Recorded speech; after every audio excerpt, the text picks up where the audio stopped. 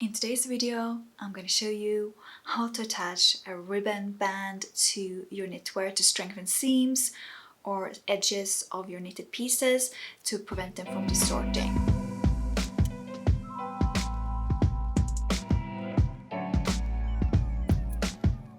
Hi, my name is Matilda and welcome back to Miss Matti, the channel where I share all about sewing, knitting, mending, and generally how to live an awesome and sustainable life. And if that sounds like your cup of tea, do not forget to hit the subscribe button, hit the notification bell so you will not miss any upcoming videos from me.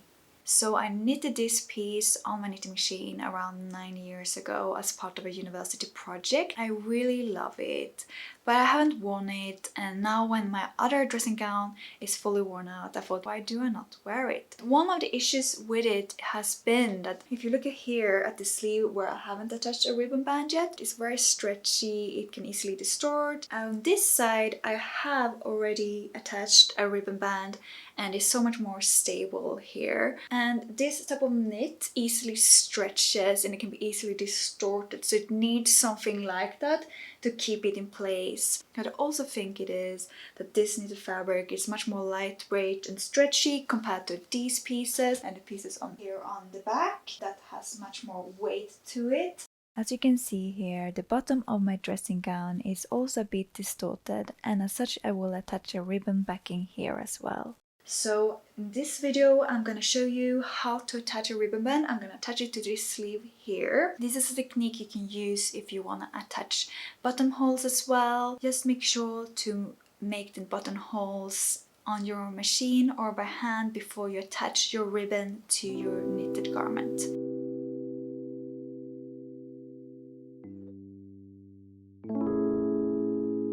To attach ribbon backing you will need a ribbon, obviously. Get something sturdy like cross grain or Peter's hem ribbon. Sharp needles. Then you will need thread, matching or contrasting, or you can do like me. I went for both colors in my garment as I thought it would match the design better. Then you will also need pins, measuring tape, and fabric scissors. I have already stitched a ribbon backing to the bottom of my garment using orange thread at the bottom edge and white thread at the top. And as I showed you earlier, I've also attached ribbon backing to my other sleeve, and as I found the edge not fully straight and tidy looking, I have folded it slightly in under the ribbon for a neater look. This method is great to hide cut ends of yarn and prevent curling if you didn't add a ribbing to the edge. So this is how I will attach the ribbon to my sleeve. But first we will need to measure the ribbon. Lay your finished and blocked garment on a flat surface. It is very important that your piece is blocked so that your ribbon is cut to the correct length. Add half an inch to your measurement so that you can fold the edge under for a neat finish. As my ribbon is going around the edge of a sleeve, I stitch the edges together with a zigzag stitch on a sewing machine so it creates a circle. Now it's time to pin the ribbon in place. But first, as I will fold over the edge on my sleeve, this step is of course optional and only needed if you have a not so straight edge like me, or have a steeked garment or a garment you have made from cut and sew.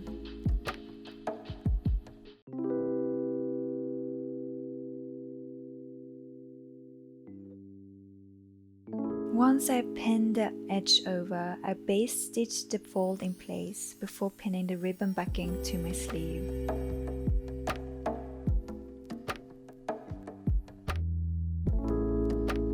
And once I'd done that, I pinned the ribbon in place.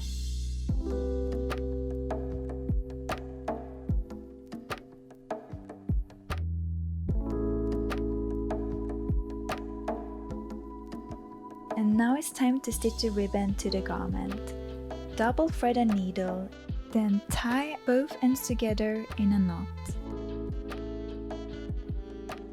Poke your needle up through the ribbon layer and pull the needle through, leaving the knot in between the ribbon and your garment. Start your stitch 1/4 to 1/8 of an inch from the edge. I went with a bigger 1/4 inch stitch, but you can choose any size you want. And then do this by poking the needle through your garment layer, but only at the top of your knitted fabric.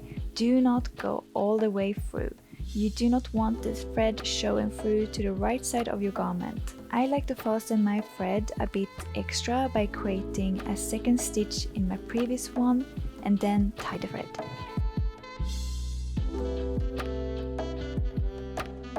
After creating my first stitch 1/4 inch from the edge, I pull the needle in under the ribbon, catching the top layer of my knitted garment, and then poking the needle through at an angle so that it comes up approximately 1/8 of an inch from the previous stitch, making sure that my previous stitch is around the same length, 1/4 inch, as my previous stitch. Then continue to make another angular stitch through the ribbon and through the top layer of your knitted piece, making sure to have them as evenly sized and placed as possible. It is important to note that the stitch itself should not appear angular, rather it should be straight up and down along the edge, being parallel to the first stitch.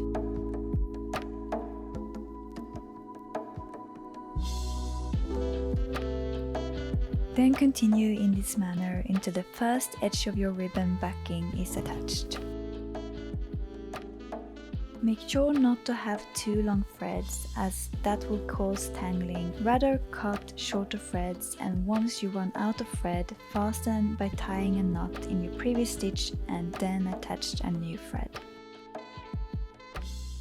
Once you're done, tie a finishing knot by drawing the needle through the last stitch you made. I somehow managed to not film this step on this side, but I did when attaching the ribbon with a white thread on the other side, so if you want to see how I did it, keep on watching. Once the first side was done, I found it helpful to attach pins to the other side of my ribbon to help it laying flat. This side I will attach by using white thread, but you can continue using the same thread as you did on the previous side if you like. Then I continued in the same manner by double threading the needle and tying a knot at both ends. Pulling the needle through the ribbon layer, hiding the knot, and then making 1/4 inch whip stitches 1/8 of an inch apart along the whole ribbon backing.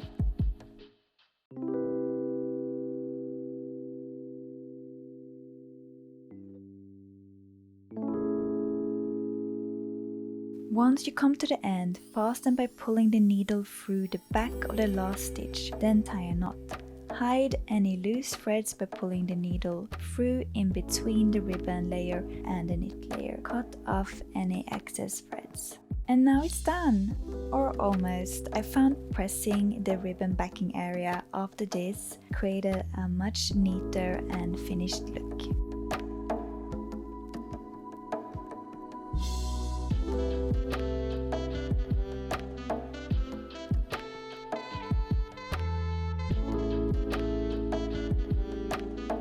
I really hope you found this tutorial helpful, and if you did, do not forget to hit the like button. If you have any ideas on other videos you would like me to make, any other DIY tutorials, any subjects you want me to talk about, leave a comment down below and let me know, because I would love to hear from you what you would like to see here on this channel. And if you like this video, you might like these videos here as well.